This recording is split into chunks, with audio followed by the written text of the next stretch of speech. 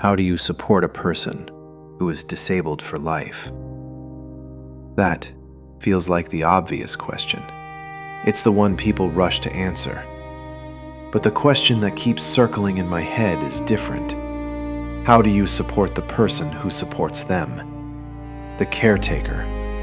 The one who isn't in the hospital bed, who isn't in the wheelchair, who isn't on the front cover of the story, but who lives it just as much every day. From the outside, they look fine. They can walk, they can smile, they still get groceries, pick up the mail, maybe even hold down a job if life allows it. But inside they're eroding, trading their plans, their time, their sense of self for the endless grind of care. And most people never see it, because the story always belongs to the patient, rarely to the one in the background whose life gets rewritten silently, day by day. I wonder what that feels like, late at night. Do they ever lie awake asking themselves, what did I do in a past life to deserve this? Some punishment written into the script of their birth, some debt being collected.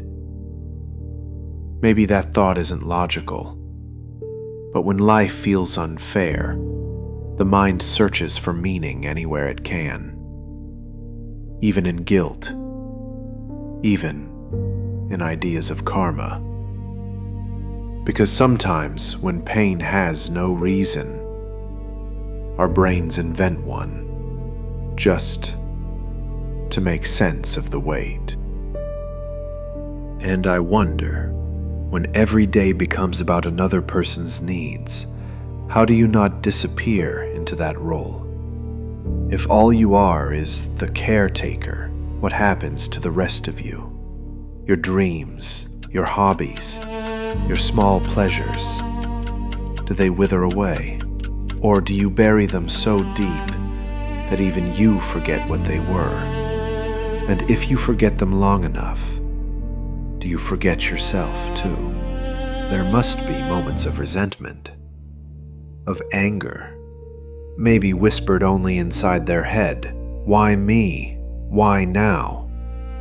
But the cruelest part is that they can't voice it without shame, because compared to the suffering of the one they care for, their own suffering feels illegitimate.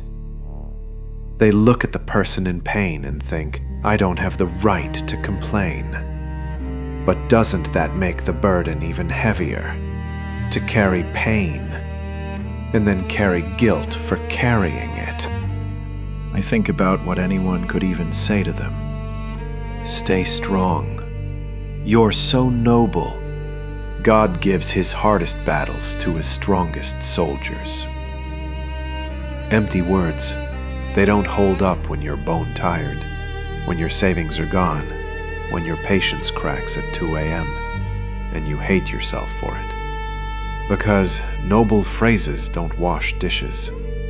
They don't stop exhaustion. And they don't heal a breaking spirit. Maybe it's not about words at all.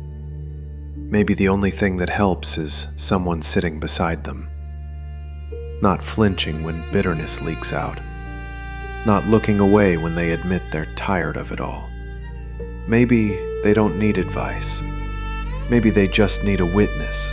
Someone who doesn't try to fix it. Someone who simply says, I see you, and I'll stay here anyway. But even then, what does that really solve? What happens when there's no money left for a break? When every dollar goes into medicine, therapy, repairs, emergencies? Do they still circle a day on the calendar and call it self-care? Or do they just keep going until something inside them burns out? And if that burnout comes, who picks them up? Who cares for the caretaker when the caretaker collapses? Maybe the hardest part is invisibility. Everyone sees the patient. Few see the one standing behind. Their pain is quieter, but no less real. And when it goes unseen, it metastasizes. It eats at them silently, while the world assumes they are fine. Because they can walk, because they can smile, because they look normal, even while their spirit erodes, slowly, in the background. So I keep circling back to the same haunting question. How do you stand beside the caretaker? I don't have the answer. Maybe nobody does. All I know is this. Carrying someone else's pain is one of the heaviest things a person can do. And carrying it while feeling invisible, maybe that's even heavier.